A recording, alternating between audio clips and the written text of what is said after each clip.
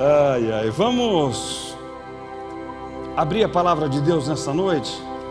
Evangelho de Jesus, conforme o relato de João, no capítulo 4. Abra comigo aí, por favor. Irmãos, esse é um texto maravilhoso, rico demais para mim, muito rico. Evangelho de Jesus Cristo, conforme o relato de João, capítulo 4. Nós vamos ler nessa noite dos versículos 43 até os 54. Abra comigo, por favor. Eu vou falar nessa noite com vocês sobre um milagre na família.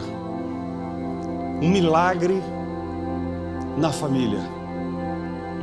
Todos acharam? Diz assim a Escritura: passados 2 dias, partiu dali para a Galiléia, porque o mesmo Jesus testemunhou que um profeta não tem honras na sua própria terra. Assim, quando chegou a Galiléia, os galileus o receberam, porque viram todas as coisas que ele fizera em Jerusalém, por ocasião da festa, a qual eles também tinham comparecido. Dirigiu-se de novo a Caná da Galiléia, onde da água fizera vinho. Ora, um oficial do rei, cujo filho estava doente em Cafarnaum, tendo ouvido dizer que Jesus viera da Judéia para a Galiléia, foi ter com ele, rogou que lhe descesse para curar o seu filho, que estava à morte. Então Jesus lhe disse: se porventura não virdes sinais de prodígios, de nenhum modo crereis. Rogou-lhe o oficial: Senhor, desce antes que meu filho morra. Vai, disse-lhe Jesus, teu filho vive. O homem creu na palavra de Jesus e partiu. Já ele descia quando os seus servos lhe vieram ao encontro, anunciando-lhe que o seu filho vivia. Então indagou deles a hora que o seu filho se sentia melhor. Informaram: ontem, à hora 7ª, a febre o deixou. Com isto reconheceu o pai ser aquela precisamente a hora em que Jesus lhe dissera: teu filho vive. E creu ele e toda a sua casa. Foi este o segundo sinal que fez Jesus depois de vir da Judéia para a Galiléia. Senhor, nós estamos aqui como família, como casais ou casal nessa noite. Abençoa-nos como família para ouvirmos a tua voz nessa noite. Nós precisamos ouvi-lo e crer em tudo que nós vamos ouvir nessa noite, porque o Senhor continua fazendo muitos milagres e prodígios e sinais, que nós creiamos nessa noite e saiamos daqui muito diferentes de como entramos. Eu quero louvar o Senhor por cada um que o Senhor trouxe aqui. É a minha oração em Cristo Jesus. Amém, amém, amém. Irmão, Jesus está de volta aqui, onde operara seu primeiro milagre ao transformar água em vinho, numa festa de casamento. Exatamente nesse momento, sobe a Cafarnaum, a Caná, um oficial de Herodes, com o seu filho enfermo à beira da morte, para suplicar o socorro de Jesus. Aqui está não um homem com uma posição importante, mas um pai ansioso, desesperado, porque o filho estava à beira da morte. Esse pai, ao ler o texto, cometeu pelo menos 2 erros. O primeiro, ele acreditava que para Jesus realizar aquela cura, Jesus teria que viajar de Caná a Cafarnaum, e ele precisaria estar ao lado do filho doente. O senhor precisa descer, porque se o senhor não for, meu filho não vai viver. Segundo erro, ele também estava convencido de que Cristo não poderia fazer nada além da morte. Não obstante as limitações desse pai, Jesus identificou nele uma necessidade desesperada e não uma mera curiosidade. Ele estava desesperado. Por quê? Porque o seu filho estava à beira da morte. O relato desse pai aflito, buscando socorro em Jesus ou de Jesus para curar o seu filho, ensina-nos 6 lições. 6, nesses versículos que lemos. A primeira, atente-se, é que a posição social não é segurança contra as tragédias da vida. Diz o versículo 46 que esse homem era um oficial do rei. O rico tem aflições da mesma forma que o pobre. Mesma coisa. Esse homem era oficial do rei, vivia na corte. Contudo, o seu dinheiro e a sua alta posição e prestígio não afastaram a doença de sua casa e nem a aflição do seu coração. Ele estava aflito. O dinheiro pode nos dar um bom plano de saúde, mas não pode nos comprar saúde. O dinheiro pode até nos dar uma casa luxuosa, mas não um lar. O dinheiro pode nos dar um rico funeral, mas não um passaporte ao céu. O dinheiro não livra a nossa casa de enfrentarmos tragédias na vida. Ele era oficial do rei Herodes Agripa. Ele tinha posses, ele tinha dinheiro, mas a enfermidade chegou em sua casa. Segunda verdade é que as aflições e a morte vêm para os jovens, assim como que para os mais velhos. Diz o versículo 46 ainda, cujo filho estava doente em Cafarnaum. A morte estava espreitando um jovem. A ordem natural das coisas estava invertida aqui. Não era o filho buscando pelo pai, era o pai buscando pelo filho. O pai estava rogando a Jesus pelo filho que estava à beira da morte. A semelhança de Davi em 2 Samuel 12:16, ele buscou a Deus pela criança que havia nascido com o pecado de Batseba. A noite toda ele orou, ele chorou e ele buscou. Queridos, a força e o vigor da juventude não são garantia contra tempos difíceis. Não são. Quantas famílias aflitas, desesperadas, porque um jovem cheio de saúde e vigor estava à beira da morte. O que fazer? Esse é o drama aqui. Esse é um drama de um pai que vai a Jesus, porque o seu filho estava em casa, à beira da morte. Terceira coisa que eu aprendo no texto é que as aflições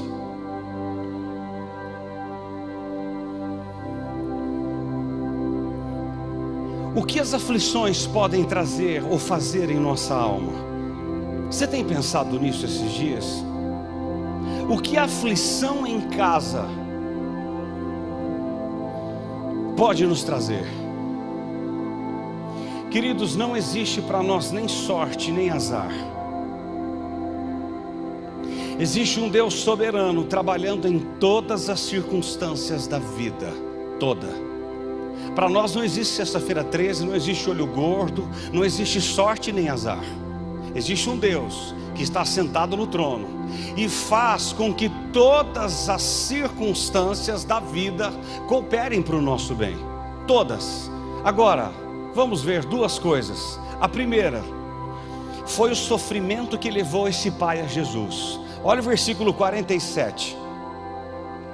tendo ouvido dizer que Jesus viera da Judéia para a Galiléia, foi ter com ele e lhe rogou que descesse para curar seu filho que estava à morte.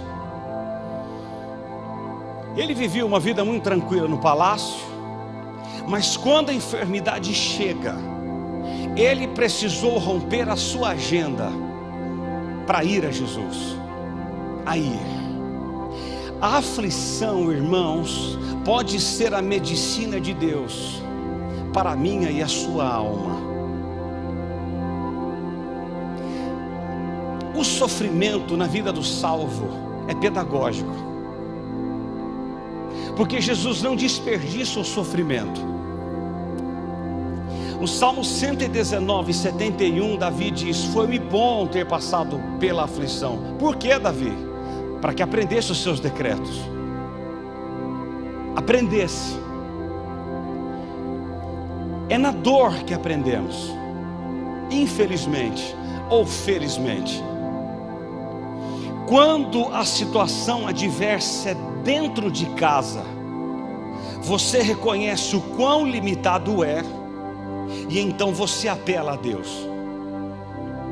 Eu e a Luciana passamos por uma estreita. Olha só o que Deus nos faz passar. Essa semana o Isaac resolveu acordar chorando em prantos. Eu falei, ele perdeu o sono, está com fome. E eu deitei com ele na cama e o abracei por trás, e o choro não parava. Não parava o choro. Aí a Luciana escutou, levantou, isso era antes das 7. Eu levanto para estudar, para ler, e ele não parava de chorar. E então eu peguei no colo e ele parou de chorar. Eu falei, glória a Deus. Falei, glória a Deus nada. Chegou no sofá, virou berreiro. Eu falei, meu Deus, o que está acontecendo com esse menino? Nunca aconteceu isso. Nós oramos, eu repreendi Satanás, eu repreendi tudo que era necessário. E ele não parava o choro. Eu disse, Deus, o que está acontecendo aqui nessa casa? Ele dormiu de mau jeito e amanheceu com um torcicolo. Mas alguns minutos foram aflitivos para nós. Minutos ou horas talvez de muita aflição. Agora imagina vocês um pai que deixa um filho aqui, à beira da morte.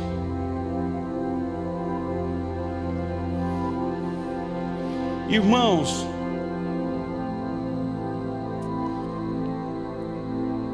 quando a situação adversa é perto, é dentro, aí o bicho pega. Mas quando nós recebemos o WhatsApp para orar no grupo de intercessão da igreja por aquele que está com o filho aflito, não é a mesma coisa. Quando você que tem filhos e o seu filho está sofrendo, gemendo de dor, aí você aprende. Era isso que estava acontecendo aqui. Existem muitos filhos que não estão à beira da morte física talvez, mas da morte eterna. Talvez com saúde e estudando nas melhores escolas. Talvez galgando os mais elevados degraus da ascensão social. Talvez trabalhando nas empresas mais promissoras, mas à beira da morte.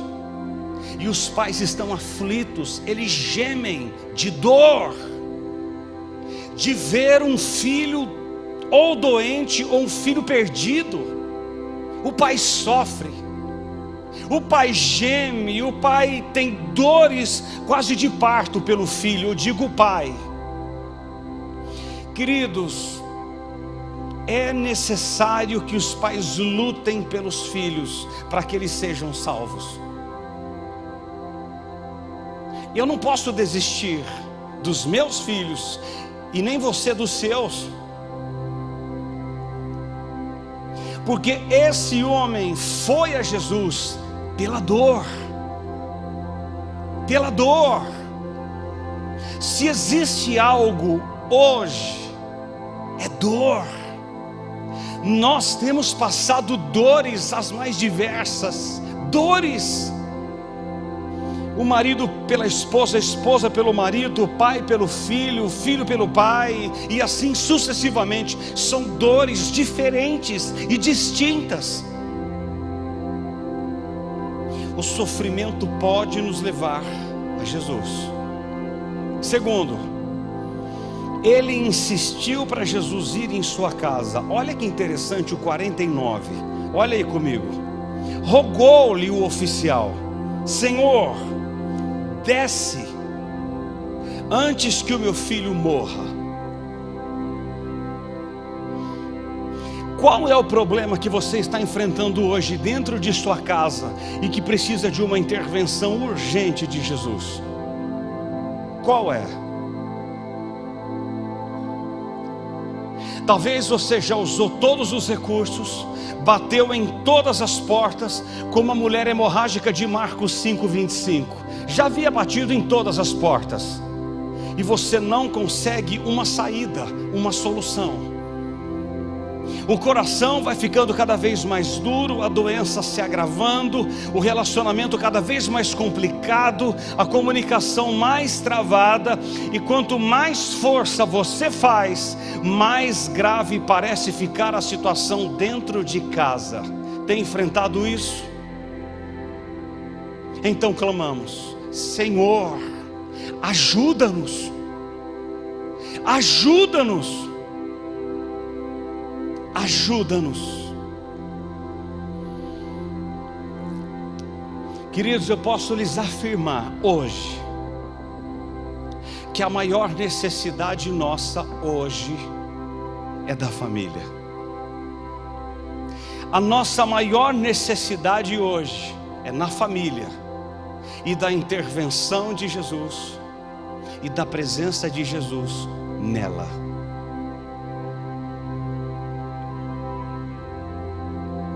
Quarto lugar, aqui é interessante.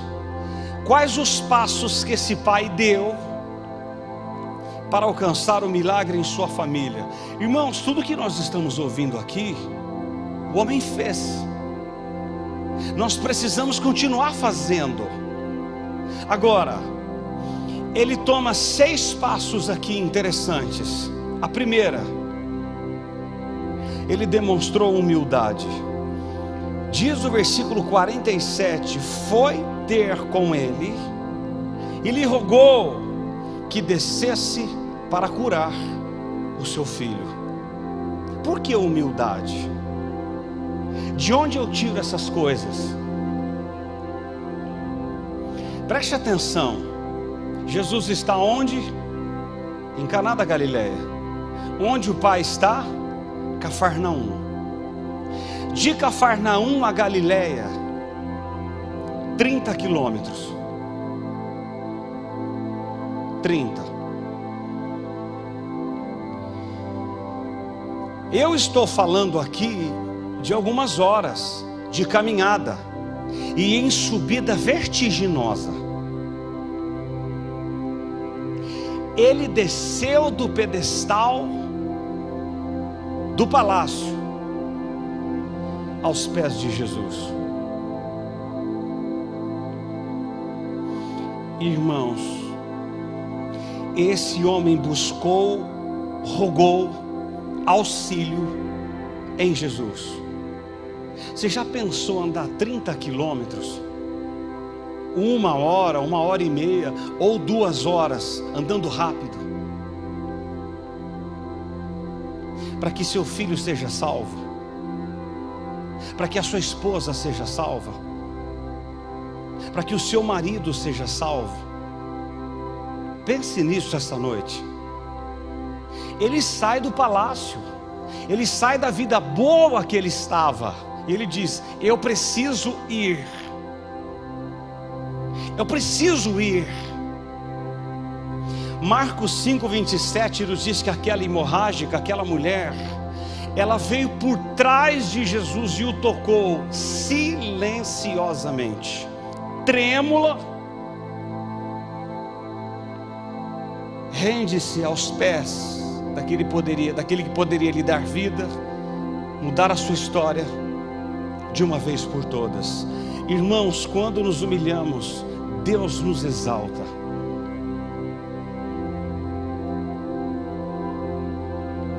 Tiago 4, a partir do versículo 8, o homem diz assim: chegai-vos a Deus, e Ele se chegará a vós outros. Purificai as mãos, pecadores, e vós que sois de ânimo dobre, afligi-vos, lamentai e chorai. Converta o vosso riso em pranto e a vossa alegria em tristeza. Humilhai-vos na presença de Deus, e Ele vos exaltará. Irmãos, um dos maiores entraves para que a nossa família seja restaurada chama-se falta de humildade. Falta de humildade. Eu não vou, por quê? Olha quem eu sou, olha o meu status, o que eles vão dizer, o que eles vão pensar de mim? Você quer um milagre em sua casa? De verdade? Humilhe-se aos pés daquele que pode mudar a sua família e a sua história.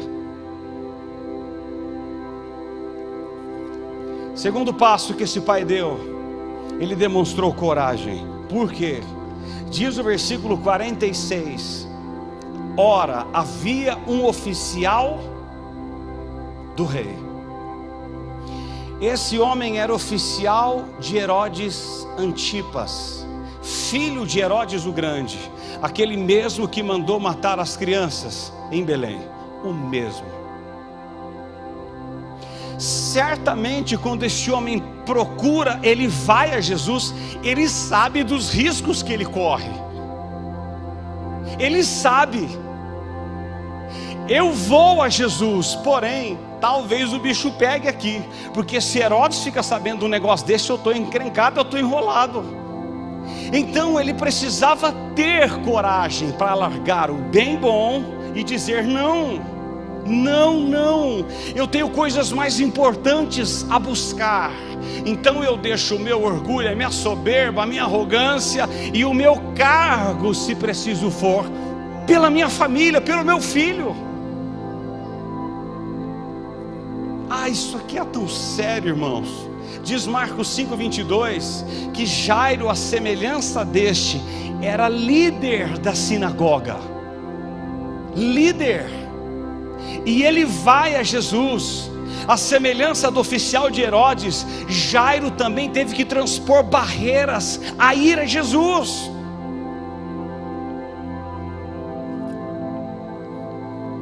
Quando você tem uma causa urgente dentro de casa, você transpõe barreiras e vai.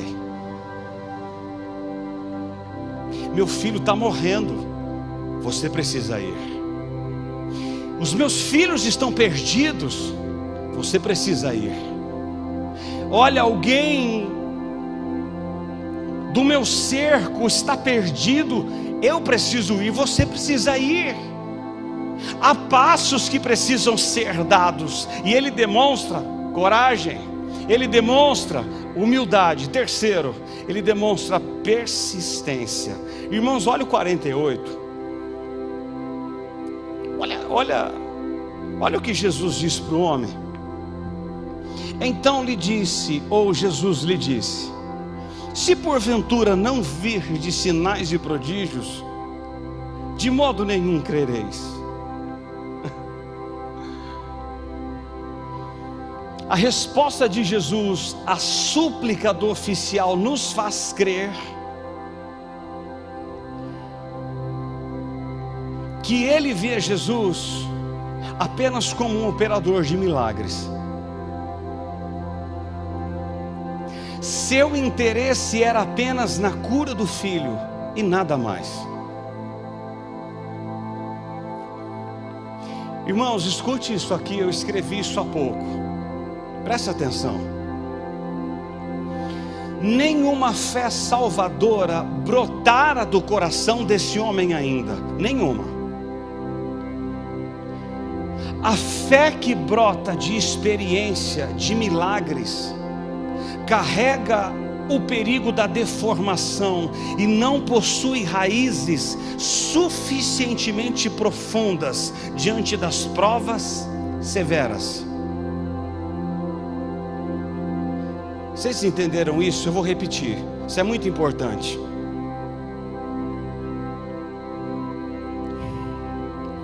A fé que brota da experiência de milagres,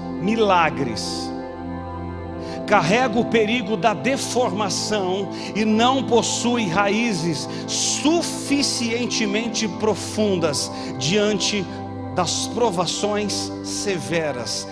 Por isso, Jesus usou essa abordagem tão contundente com o oficial do rei.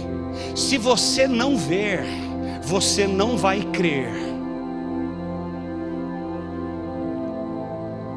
Se você não ver milagres, você não crerá. Olha o que Jesus disse para a nossa geração: se você não ver, você não vai crer.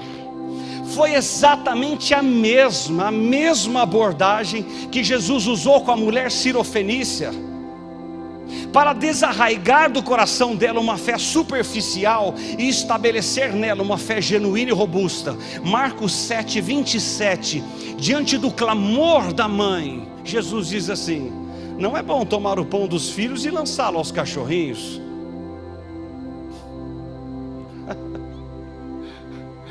Ai, Jesus.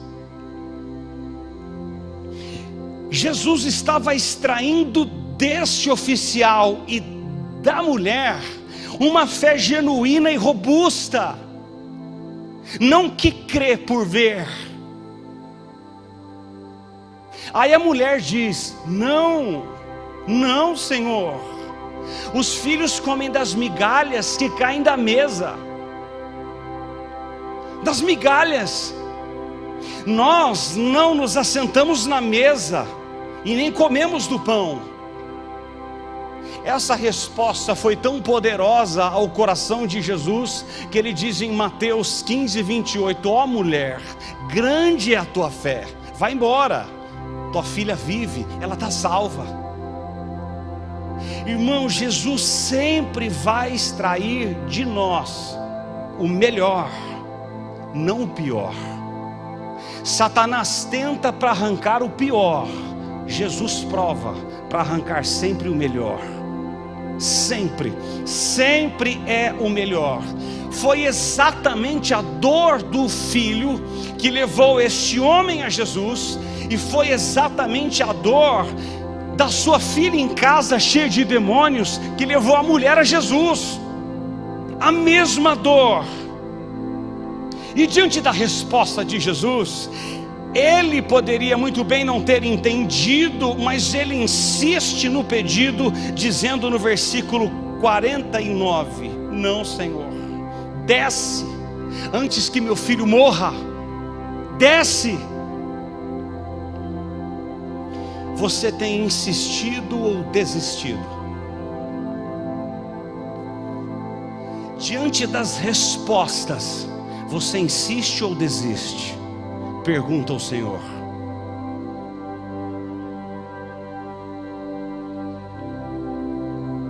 Não, vamos descer, meu filho está à beira da morte. Irmão, não desista. Você precisa ser persistente até seu filho vir, até seu marido vir, até o seu cônjuge vir. Insista, não desista. Quem mandou parar? Quarto lugar, esse homem exerce fé. Olha o versículo 50. Vai, disse-lhe Jesus, teu filho vive. Notem algo aqui. O oficial de Herodes pede para Jesus descer. Jesus não desce. Jesus sempre muda os planos do homem.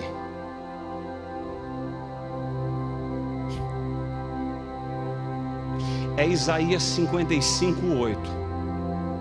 Porque os meus pensamentos não são os vossos pensamentos, diz o Senhor, e nem os meus caminhos os vossos caminhos. Porque assim como os céus são mais altos do que a terra, e os meus caminhos são mais altos do que os vossos caminhos, não sofra, diz Jesus. Irmãos, Ele tem métodos. Ele não desceu. Não desceu. Por quê? Porque Ele é um Deus de perto, e Ele é um Deus de longe, como diz Jeremias 23:23. Ele é o mesmo. Ele está aqui, e Ele está na Alemanha, Ele está na China, e Ele está na Holanda. O mesmo. É o mesmo. O mesmo Deus. Agora, o oficial de Herodes não duvida, não questiona. Ele crê na palavra de Jesus e volta. A fé não exige evidências. A fé se agarra nas promessas. A fé não está fundamentada naquilo que vemos, mas está ancorada na palavra de Cristo. Ele disse: creia. Ele disse: apenas creia e vá. Creia. Disse que a família vai ser restaurada, creia. Disse que os seus filhos hão de voltar, creia. Disse que Ele atingirá os seus da família ao redor, creia, não duvide. O homem creu e foi embora. Você precisa crer. Eu e você precisamos crer. Quinto lugar, olha que algo interessante que eu aprendi no versículo 50. A palavra de Cristo é tão boa e eficaz quanto a presença de Cristo. O versículo 50 diz que o homem creu na palavra de Jesus e partiu. Esse homem estava equivocado em duas coisas. Se Jesus não for, não tem milagre. Primeiro equívoco. Segundo equívoco, se o filho morrer, acabou. Não há mais chances. Ele precisou aprender uma coisa que nós ainda hoje, 9:4, precisamos aprender. O que é? Palavra de Jesus e presença de Jesus tem o mesmo poder. Mesmo. Manda Alcimar. É uma palavra dele e a Rúbia levanta. Uma só. É uma só. É uma palavra, uma só. Basta um olhar dele, um sinal dele, uma palavra dele, e o milagre acontece. Você que está orando por alguém, crente ou incrédulo, basta uma palavra, uma só, e tudo muda. O cenário muda. Quando Jesus Cristo fala, a doença precisa bater em retirada. Por quê? Porque Ele tem toda a autoridade no céu e na terra. Toda. Sexto e último lugar, as aflições, além de nos ter o poder de nos levar a Jesus, podem nos levar à maturidade espiritual. Eu quero ver com vocês o avanço espiritual desse pai e terminar esse sermão. Queridos, esse homem não conhecia Jesus. Ele tinha ouvido falar de Jesus. Vamos ver o avanço desse homem. Acompanha aí comigo. Diz o versículo 48 que ele começa com uma fé vacilante. Qual era a fé vacilante? Eu preciso ver para crer.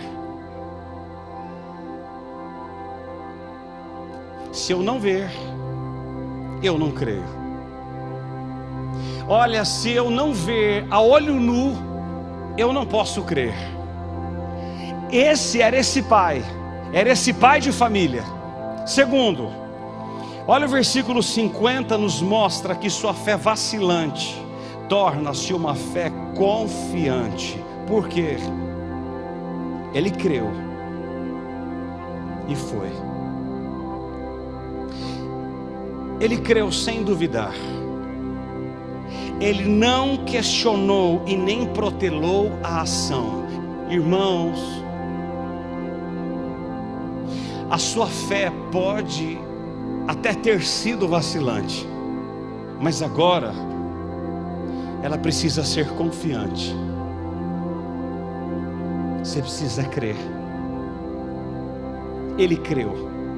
Terceiro, diz os versículos 51 e 52, que sua fé confiante torna-se uma fé confirmada. Olha o 51.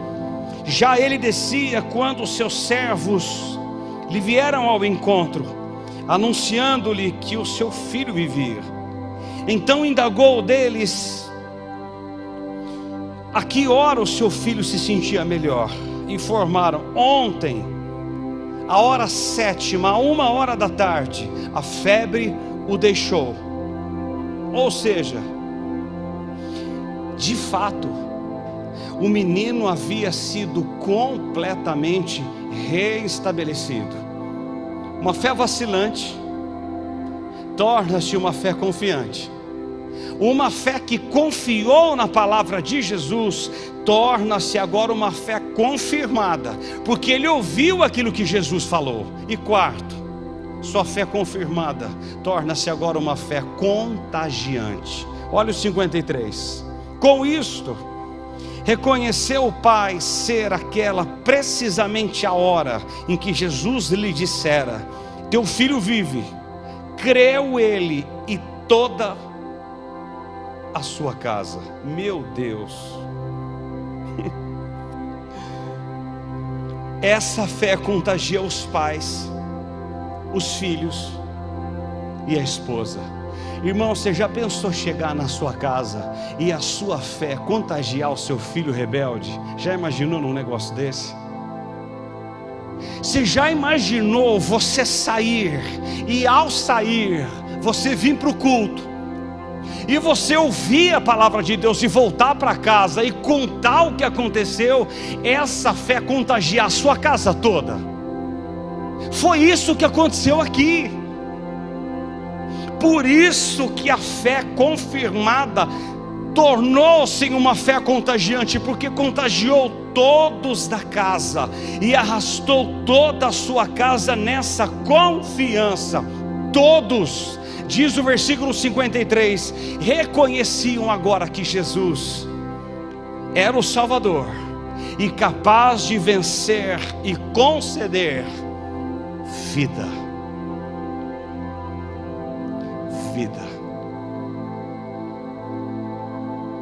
Agora escute, eu estou quase terminando.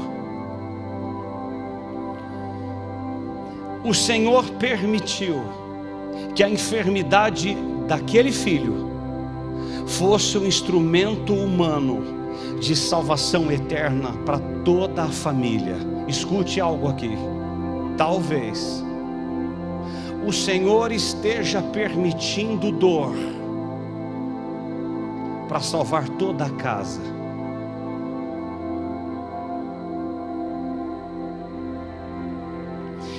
Talvez o Filho de Deus esteja permitindo coisas que talvez você esteja passando e você não esteja vendo.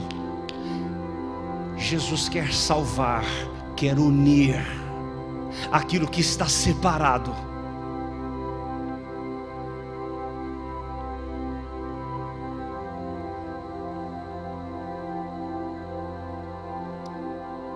Ele diz: olha, abram os olhos, é para salvar, não é para a morte, é para a glória de Deus. Então esteja atento aos sinais, atentos, Porque o que acontece hoje é para salvar, não é para matar, é para unir, não é para separar, diz Deus.